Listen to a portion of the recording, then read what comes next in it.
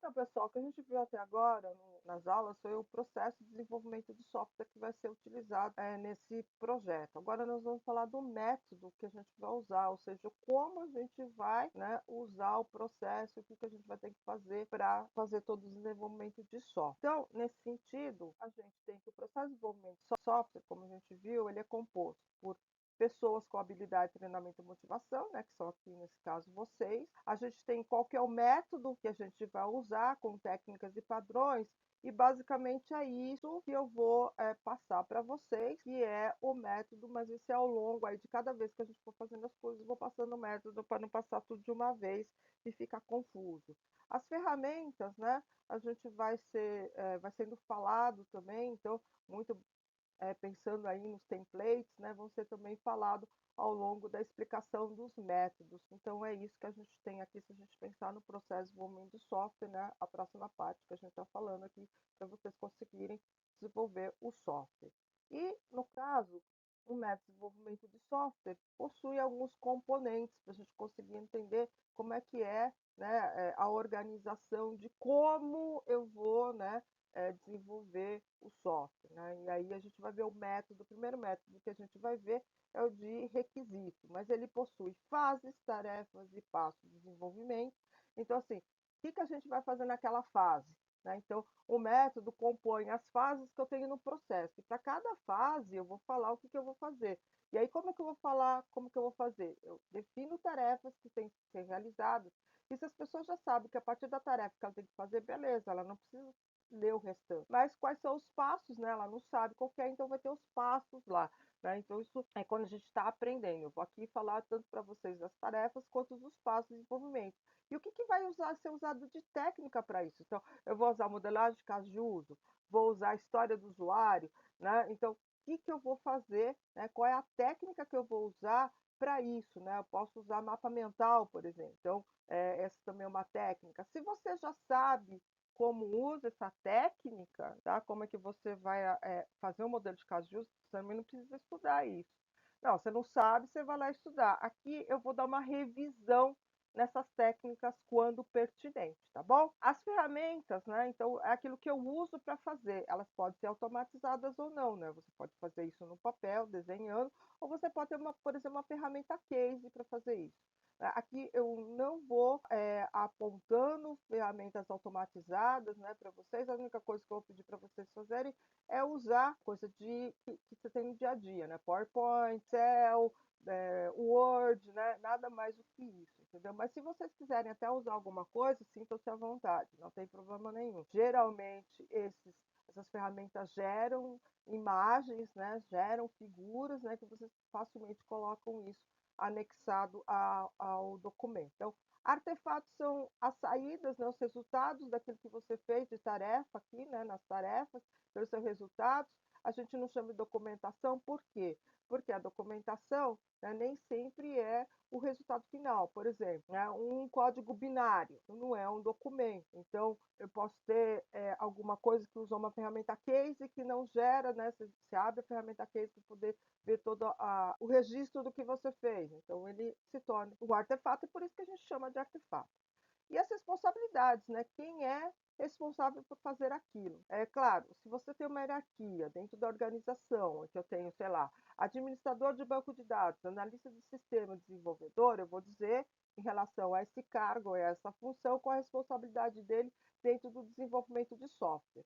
Aqui a gente não vai estar trabalhando isso, porque geralmente hoje, né, nas empresas, pelo menos as menores, né, as maiores pode ser que tenham isso, né, tá? A gente não tem uma hierarquia tão grande, né? Então são desenvolvedores, o Scrum Master e o Product Owner, por exemplo. Né? Então é muito simples, né, saber o que cada um vai fazer, né? Não precisa ter, né? Quando tiver isso eu vou falar, né? Quando que é o Product Owner, quando que é o desenvolvedor, mas basicamente nesse início tudo é o desenvolvedor, né? Que vai estar responsável por desenvolver, né, as partes aí do método no desenvolvimento de software, tá? Mas vocês coloquem que vai ter responsabilidades, né? Quando a gente estiver falando principalmente do sprint, né? Aí a responsabilidade, inclusive, é nominal, né? É aquela pessoa que vai fazer isso, a outra pessoa que vai fazer aquilo, né? Tá? Então, eu tenho que ter responsabilidades.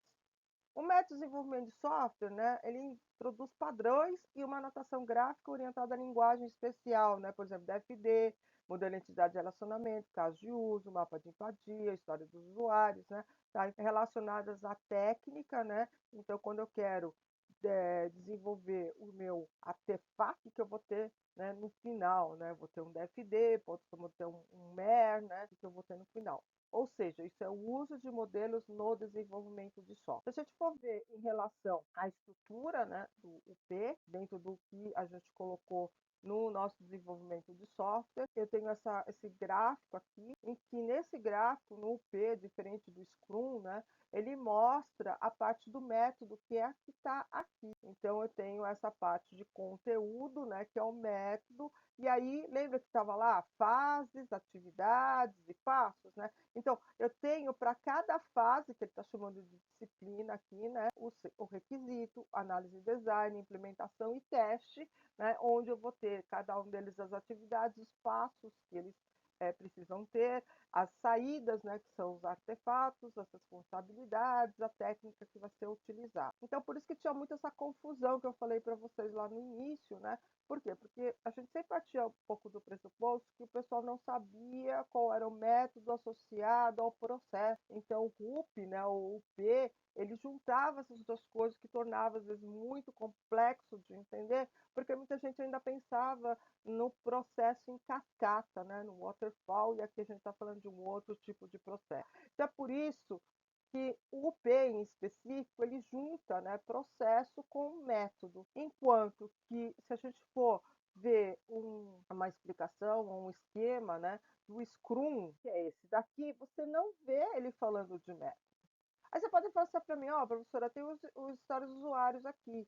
Aqui ele até fez, colocou, mas ele colocou o que? Uma técnica. Uma técnica que é utilizada durante essa fase do processo, durante essa parte do processo, tá? Mas se você olhar aqui, ele até aponta que tem entregáveis, que tem artefatos, mas ele não diz como você faz. Por quê? Porque o método associado aqui, você pode usar qualquer um. Você pode usar o método na análise orientada a objetos, você pode usar o método na análise estruturada, né? Então, você pode usar o método que você quiser e a gente vai estar usando um método aqui para cada fase, né? Nesse primeiro aqui, vocês vão ver que a gente vai estar com a análise de requisitos, a gente vai usar bastante o quê? O design thinking, que é o que eu vou explicar para vocês. Prosseguindo, né? O método que será usado em cada parte do processo será passado ao longo da disciplina. Eu não vou passar tudo de uma vez e deixar solto vocês fazendo, não. A gente vai passando cada coisa que tem que fazer, e a cada coisa que tem que fazer, a gente faz uma reunião de acompanhamento para ver o progresso de vocês. O registro, né, na disciplina, tá? Então, aqui tudo está relacionado agora com o desenvolvimento na disciplina. Então, o registro das atividades será feito em templates, né, que são padrões para artefatos tipo documento, são produzidos com ferramenta de escritório, são editores de texto, planilhas eletrônicas, editores de cronograma. Aqui os exemplos, né, o ponto .dot, que é aí, né, template, né, e XLT no Excel, mas fiquem despreocupados, eu não vou usar, né, nem o ponto .dot nem o ponto XLT, né? E, por definição, outros tipos de artefatos não possuem templates associados, a gente vai até discutir em relação a isso. A única coisa que eu quero colocar para vocês aí de alerta, né? Quando vocês entregarem o artefato nessa disciplina na tarefa, vocês façam isso no documento em que ele foi gerado, né? Na ferramenta que ele foi gerado. Então, se ele foi gerado no Word, então entreguem DocX. Não me entreguem, por favor, PDF. Por quê? Porque eu faço anotações para as nossas reuniões. E aí, fazer as anotações no PDF é muito mais complicado, porque eu, às vezes, utilizo o revisor do Word para poder colocar esses alertas para poder estar discutindo isso com vocês. Então, por favor, tá? Não me entreguem em PDF os documentos do final, né, que vocês vão entregar aí durante o acompanhamento das tarefas a serem realizadas aí durante as nossas reuniões de acompanhamento. Lá no final, a entrega final, né, aí é diferente. Aí eu direi para vocês como que vocês vão me entregar, tal, etc. Essas no meio do caminho, não.